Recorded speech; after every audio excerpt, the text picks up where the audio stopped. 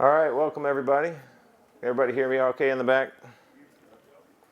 All right, so this is our parent meeting tonight. We talk about we got the purpose for tonight is twofold. We're going to talk about our age group and format changes for the upcoming 2016-17 season, and some of the steps that we've taken to ensure that we are ready for these changes. So without further ado, we're going to talk about the age group changes. There's a lot of information that I'm going to go through, and it's really super exciting, but we'll get through it and then we'll get to the main reason that we're here tonight. If you look at the chart up here, you'll see that currently, and I'm going to address our O2 boys, or our O2s, you can see that that is a mixture of O1s and O2s. Well, beginning next year, everyone's going to be simply based on the calendar year. They're going to divide teams up based on calendar year only. So this is going to be a significant change. It impacts every team, every club, and every state in the country. So it's not just us that's getting impacted by this. All right. Moving on to some format playing changes. And there goes my clicker. The U8s, U.S. Soccer has changed the U8s to where they're going to be playing 4v4 with no goalies. On a 4x8 net, the field dimensions are 30 by 20 with 4 8-minute quarters. All right. Our leagues, can you hear me still? Are we good now? Our leagues are going to have the kids play 7v7. They're going to create a U9Y division with goalies and play 2 25-minute halves. So it's going to be something real similar for the kids. Be a lot of disruption to go to that 4v4 format. Moving on with our U9s and U10s. Next year, those players born in 2008 will be U9s, and those born in 2007 will be U10s. Again, they're going to play 7v7 and have offsides, 2 25-minute halves. The goals are going to be slightly bigger, as they're going to be 6 by 18. And new this year, there is what is called a build-out line. It's going to be 14 yards out from the end line. The purpose, got a great mic here. The purpose of this is to promote playing the ball out of the back in an unpressured setting. When the goalkeeper has the ball, either during play or from a goal kick, the opposing team must move behind the build-out line. Once the opposing team is behind the build-out line, the goalkeeper can pass, throw, or roll the ball to a teammate. Punting is not allowed, as this would defeat the purpose of a build-out line and reduces the opportunity to play out of the back in an unpressured setting. After the ball is put into play, the opposing team can then cross the build-out line and play can resume as normal. Our 06 teams will be U11 next year. Our 05 kids will be playing U12. New this year, they will be playing 9v9. There will not be any opportunities to play 11v11. The goals, again, 6.5 by 18. There will be offsides. 2 25-minute halves. Pete, is that still going to happen that way? So that's slightly down. We were playing 30 this past year. They're moving that to 2 25-minute halves. So a little bit smaller goals from what we've been used to. And again, no 11v11.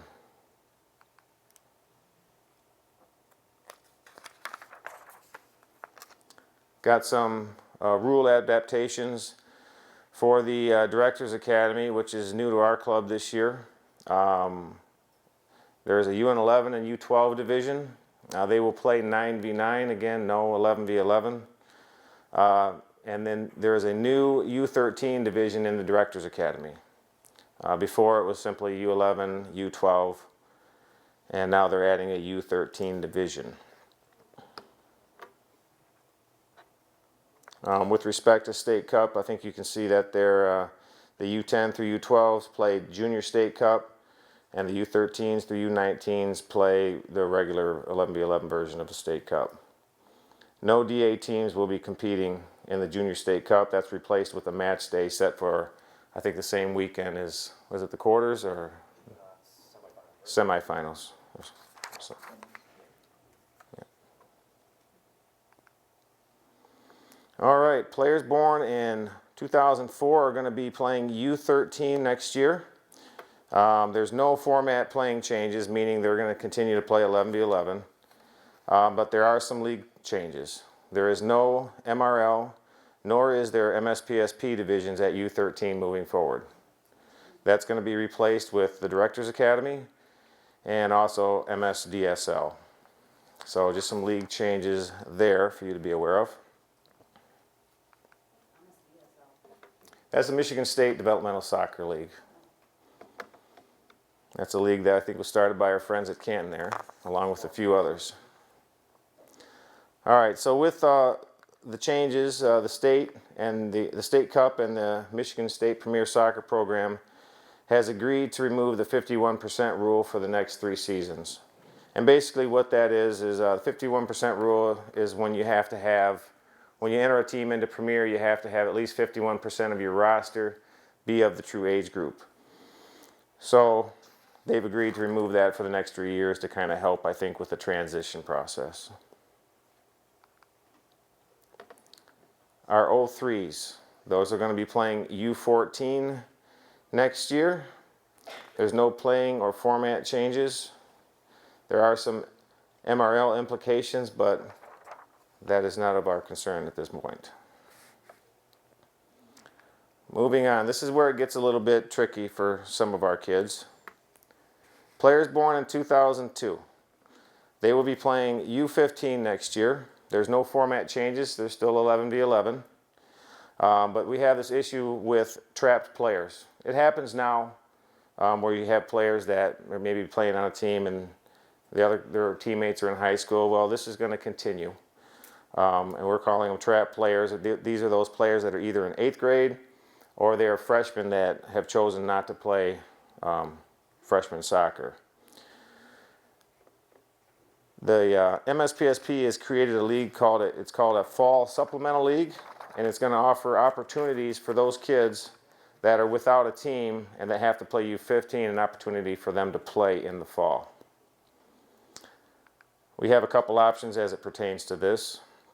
Option number 1, I'll let it pop up. If we do have enough players to play, trapped players I should say, we're going to run a full year program. They'll compete in the supplemental league in the fall, and for the girls they'll have a supplemental league in the spring. Option number 2, if we do not have enough players, those players that are trapped or without a team for their seasonal year will be able to train with players at the U14 age group at no additional charge. Our plan moving forward, we will meet again at a later date prior to tryouts and after these players have trained with each other to discuss their options for next year.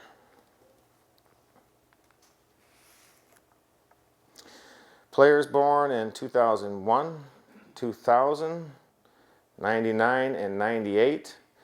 Those are our U16, 17, 18, and 19s. There are no playing format changes for these groups. Pretty standard mode for them. There will be a U19 age group offered in the MSPSP and MRL divisions.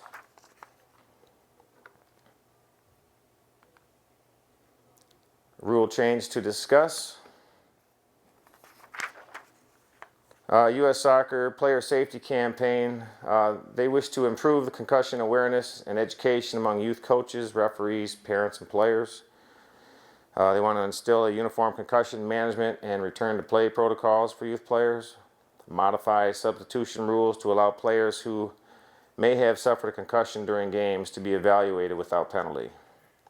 They want to prohibit heading the ball for children 10 and under and limit the activity in practice for the ages 11 to 13.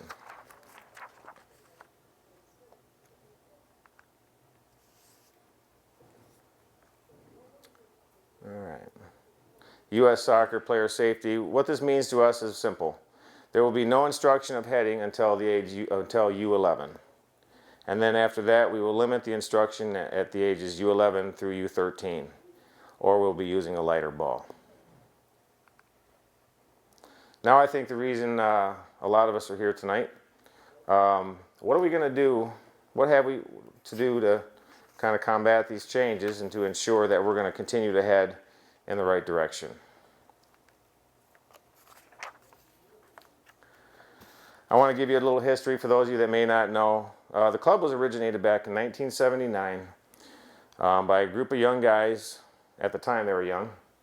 They wanted to play a little soccer together, and they went to a company called Flint Arrow Electric. And they agreed to sponsor them, and they played some city ball and some leagues, local leagues.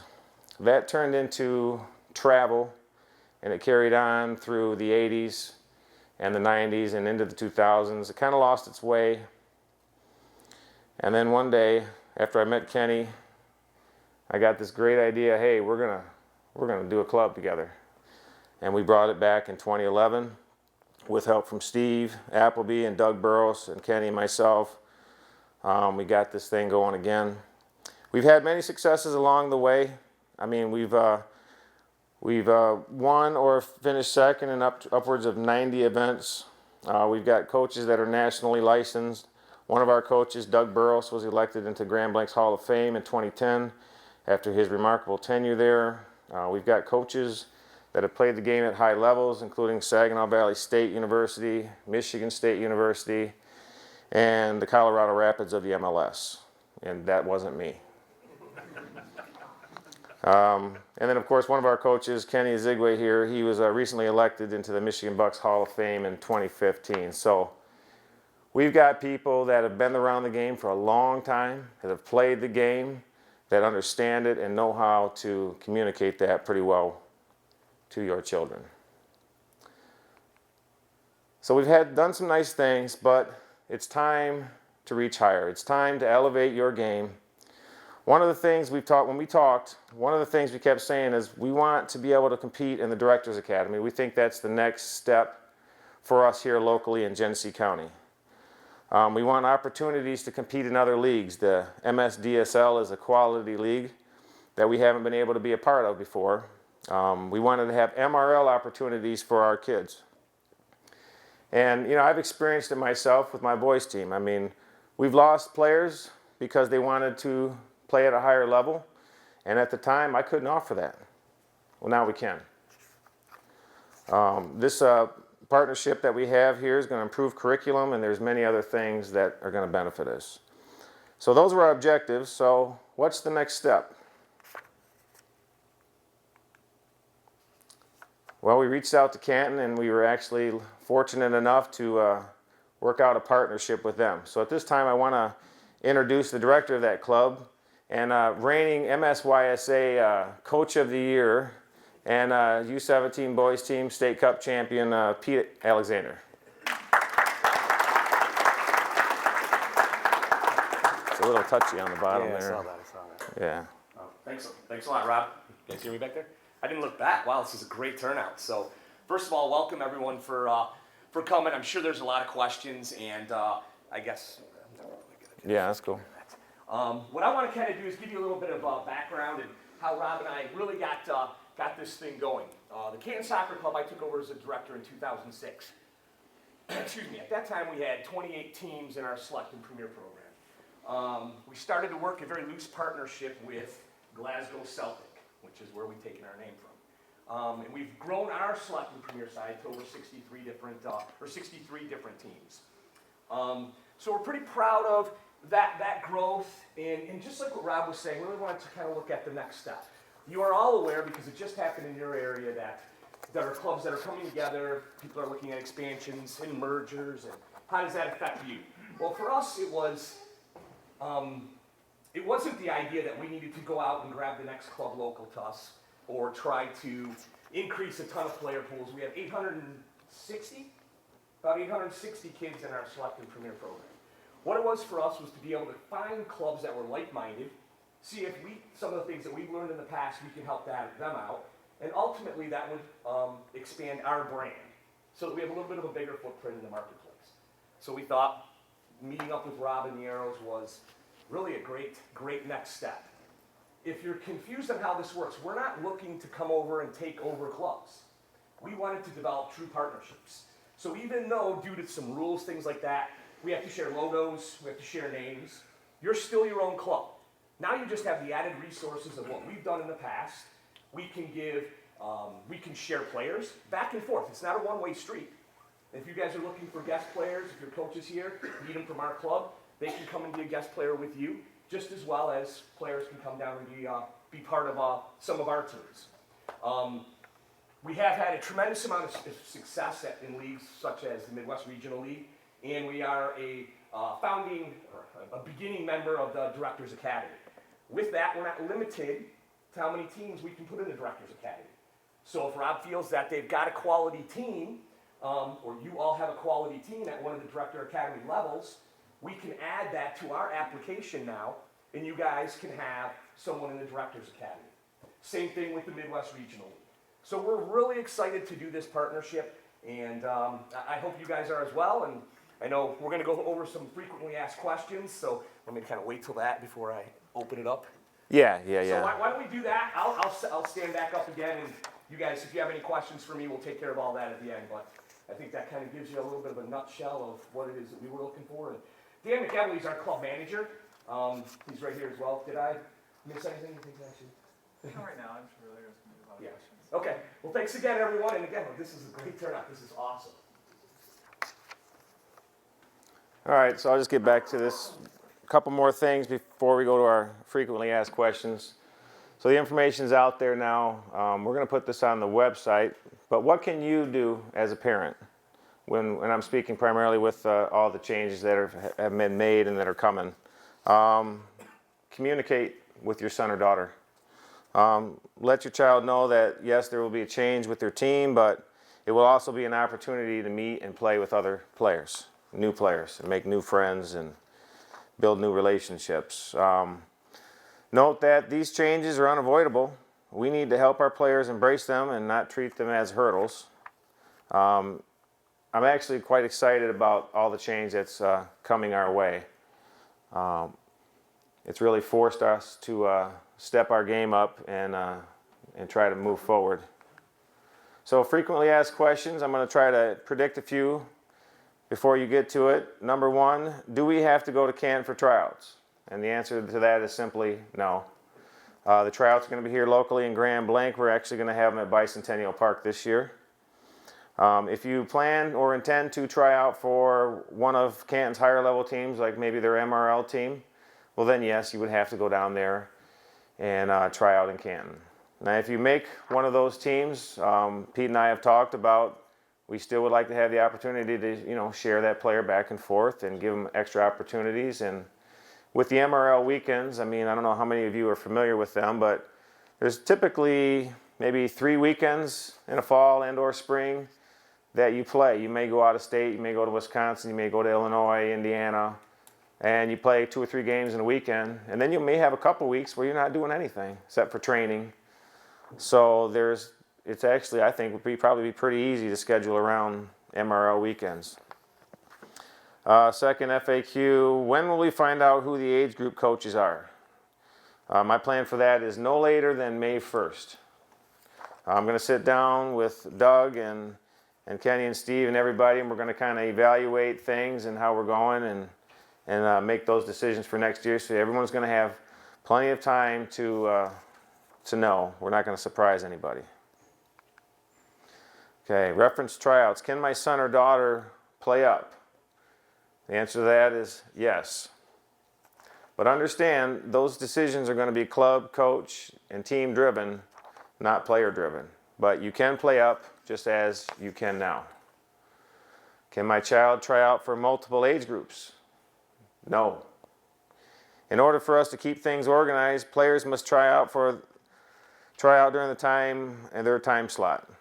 Coaches do, however, have the option to ask a player to be evaluated in an older age group. And again, these decisions are going to be club, coach, and team driven. Uniforms. How much are uniforms? $5,000. I'm kidding. Canton's in the middle of a cycle right now. We have decided that since they are in the middle of a cycle, we're not going to ask that you pay for the full kit. Right now, we're just looking to do the home and away. They also have a third one, which is green and white. I don't hate that, by the way. But if home and away are going to be $99. Okay, that's what it's going to cost. You can obviously buy more. If you want to buy the warm-ups and everything else, you certainly can do that. But that's what it's going to cost for next year. And what happens when two returning players have the same uniform? We're going to have a system in place so that it's as fair as possible to determine who gets the number. Number one, we're going to let the kids decide, first and foremost, and if they can work it out on their own, great. Secondly, after that, if there's a new player coming to a team, the kid that's been there the longest will keep the number. And from there, we'll have some other choices, but probably just flip a coin, you know, if we can't work it out after a couple different ways. So that's that on the uniforms. Now, I want to open up questions to the floor. If anybody's got any questions for me or Pete, now's the time. Tony? Yep, for those parents like myself that have younger kids and haven't had somebody go through all of the clubs and the various leagues, can you explain, you mentioned two new leagues that we would have access to that I'm not familiar with and I don't know the acronyms, but there was one MRL and then there was another one with lots of other letters in it. If you could just go through those ones. Yeah, the MSDSL, I'll let Pete speak to that because he's quite familiar with that league. You can speak to both if you'd like. Yeah, that's fine. Yep. The MSDSL is the Michigan State Developmental Soccer League. In 7, 8 years ago, probably? About 7 or 8 years ago, myself and a few other clubs, there was actually just 6 of us, and now I think we've got about 12 or 15 clubs that are in that part of that league, came together and said we want to do something different. We want to give our kids a better opportunity to develop at those younger age groups, right? Having an opportunity to pass card freely amongst teams. Having an opportunity for a player that may be on your top team, but may be struggling, to give them the opportunity to actually drop down and play with a lower level team to help with their development. Different things like that. So that's where the Michigan State Developmental Soccer League started and where we're at. We do a few different unique things. Once a season, once in the fall and once in the spring, we do what we call a match day, which is almost basically like a tournament atmosphere. It's a lot of fun, a lot of people out there. We have vendors, we do all kinds of different things. And depending on the day, the boys play one day, the girls play the other, and you'll actually get 2 games in that one day as part of your league. So little different things like that we think have kind of set MSDSL apart from leagues like Whistle, MYSL, groups like that. The Midwest Regional League, which is MRL, is basically the best way to describe it is a step up from MSPSP. There's a lot more travel with it, which is why the weekends are set up like that. You would really, my U17s this year are going to Cincinnati, Cleveland, and Indiana. All right, well, each spot we're going to play 2 games. One usually is on a Saturday later, so you can drive in. The second game is usually Sunday, requires an overnight stay, but you're competing against teams regionally as opposed to just in the state and or just locally. So that's what the Midwest Regional League is about. You do have to apply to the Midwest Regional League, and then the state will endorse the team, and then once that happens, then you'll get placed in the appropriate division in the Midwest, in the MRL. And there are, I think, typically about 4 divisions in each age group. And it starts at U14. The one slide that you saw there did tell you that all teams across the country at U13 will still play locally. And if you really saw that, the way it all lists, everything's kind of pushed back 1 year. There's no U19 now. Now, beginning next year, there's a U19, which, if you want to simplify as much as possible, that's just the former U18s. So since everything's moved up, instead of playing these big leagues or these higher-end leagues at U13, they don't start until U14. So is that kind of good for you? Cool. All right. Thank you. Michelle Snyder? Oh, yeah. Do you have any idea of the fees? Are they going to be similar to the Arrows fees, or are they? We haven't worked the budget out yet. I can guarantee you they're not going to be $2,000 and $3,000 like some clubs charge. My focus from the beginning is to keep costs down and be reasonable. I mean, we're not out to gouge anybody. That's not our intent. I'm going to sit down and still have to sit down and work out a lot of details with Pete and kind of go over our budget, go over our curriculum, because all of those things are going to be changing now. I'm not going to try to reinvent the wheel. That's why we've partnered up, and we're going to, with them. They've done a great job of building their organization, and so we're going to look to mimic a lot of what they do. The O2 boys, specifically in my kids' team, for a lot of them are looking to go play freshman high school soccer. If I understood, there might be tryouts in June, but then again in the late fall, since there might be a fall team. Well, right now the plan is to have tryouts in June. We have quite a few numbers in that area. So if we need to, and if we think we might want to have a second team or something along those lines in that age group, then yeah, we might have another secondary tryout in fall. Well, I guess my question is, if you try out in June, but then play freshman soccer in high school, you're not playing in the fall. So what happens when you get done in the fall high school? Is there not room on the team then, or are you still a spot on that team? No, when you try out, if you try out in June, you make the team, you're on the team. I mean, I'm sorry? That's with respect to supplemental? I'm not sure. Would your son be a next year an 8th grader or a 9th grader? 9. So he's looking to play freshman year. So exactly what Rob was just saying. Once you make the team in June, it's like all seasonal teams right now. They get picked in June. The boys go and play their high school season, and then once high school's over, they pick up with their club team. So it'll be the same. It's the opposite for the girls. The girls do play with their club team right away, and then, well, right now, high school tryouts are going on for the girls as we speak. So then they play seasonal. So yeah, once they make the team in June, they would do it.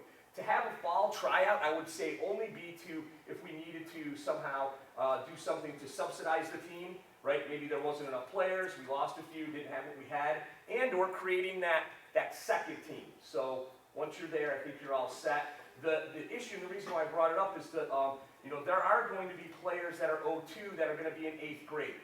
Okay, there might be a few of you that are in that situation here.